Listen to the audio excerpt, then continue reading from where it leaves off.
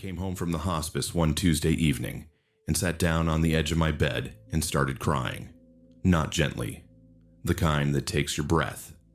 The kind where your body decides before your mind catches up.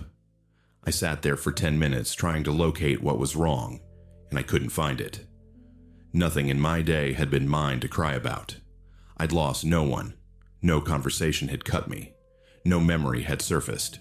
But earlier that afternoon, I'd spent 40 minutes with a woman named Ruth, whose husband had died 11 days before. She hadn't cried. She'd been composed, factual, almost administrative about the arrangements. And I'd sat with her and listened and said the right things and left. And then I came home and her grief came out of me. I didn't understand that for a long time. I filed it under stress, under burnout, under the general wear of sitting with dying people 5 days a week. But it kept happening. Not always as tears. Sometimes as a heaviness that didn't belong to any thought I could identify, or an anger that arrived without a cause I could trace. Feelings that were real, but not mine. Stay with me here, because the explanation goes somewhere most people don't expect.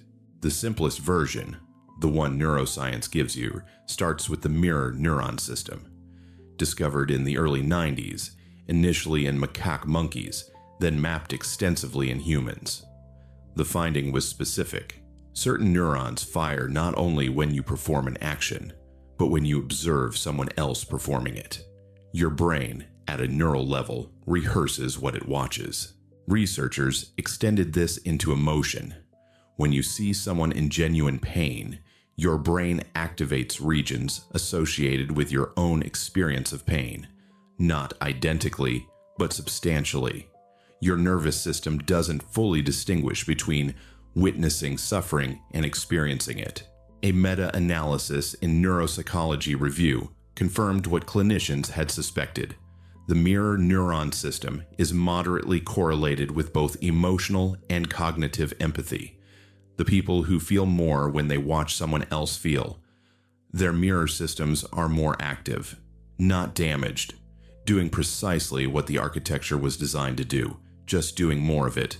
That explains part of it, but only part. Because mirror neurons account for resonance, the echo of another person's state in your own body. What they don't fully explain is absorption, the experience of taking on an emotion so completely that it becomes indistinguishable from your own, crying someone else's grief in your own apartment, hours after the contact. Jung had a framework for that, and it's older and stranger than neuroscience. He borrowed a term from the anthropologist Lucien Levy-Bruhl, participation mystique, a state in which the boundaries between subject and object have not yet fully differentiated, where two people exist in partial psychological fusion, not metaphor, an actual configuration of the psyche in which what belongs to me and what belongs to you has not been cleanly divided.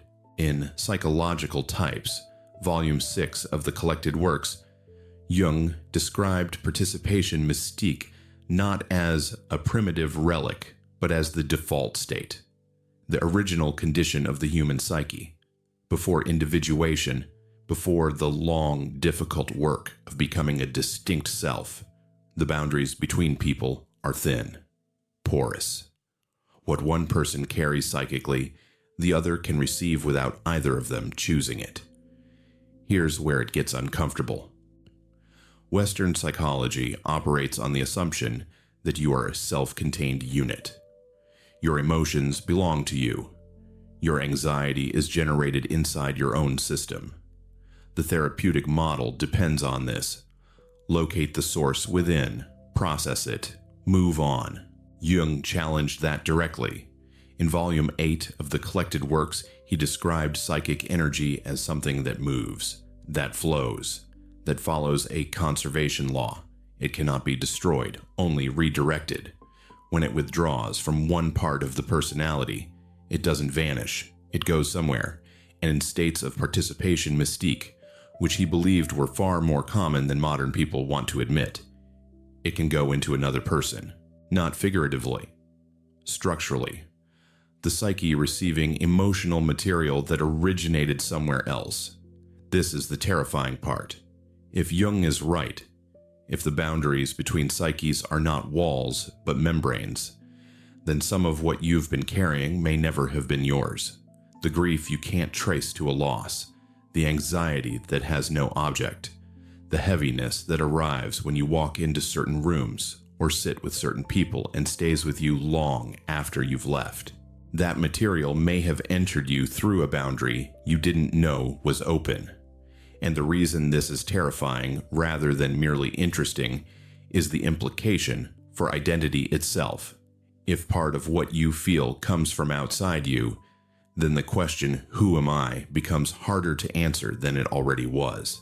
Because some of what you've built your self-understanding on might belong to someone else's psyche. Mark Winborn, a Jungian analyst, published a compilation on participation Mystique in 2019. What he found across clinical material was consistent. People with thin ego boundaries, the ones who register the emotional temperature of a room before anyone speaks, aren't experiencing a disorder. They are experiencing participation Mystique in real time. The fusion that most people have insulated themselves from, they live in daily. The cost is specific: chronic fatigue that doesn't respond to rest, because you're processing material that isn't yours. Anxiety without an object, because the source is in the field around you, not inside you. A persistent confusion about your own emotional state, because the signal is contaminated with input from everyone you've been near. I didn't have the framework for any of this during those years at the hospice. What I had was the experience, walking out of rooms, carrying things I hadn't picked up consciously, arriving home with emotional weather that didn't match my own sky. What eventually helped, and I'm careful about that word because it didn't solve it, was something I found in Jung's writing about individuation, not closing the boundaries. He was clear about that. You can't simply wall off the permeability. That would require becoming less than you are. What individuation offers instead is differentiation, the capacity to feel what enters and ask, before it settles, is this mine?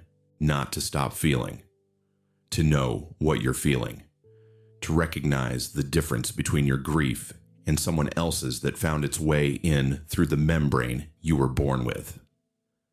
That question, is this mine, became the most useful thing I ever learned. Not a wall, a filter. The ability to feel what other people feel is not a malfunction. The neuroscience confirms the mechanism is real. Jung confirms the depth is real. What nobody prepared you for is the scope of it. How much of your inner life may have originated in someone else's. That's the terrifying part. Not that you feel too much, that the boundary you were told exists between you and everyone else was never as solid as they said. And the feelings you couldn't explain were never inexplicable. They just weren't yours.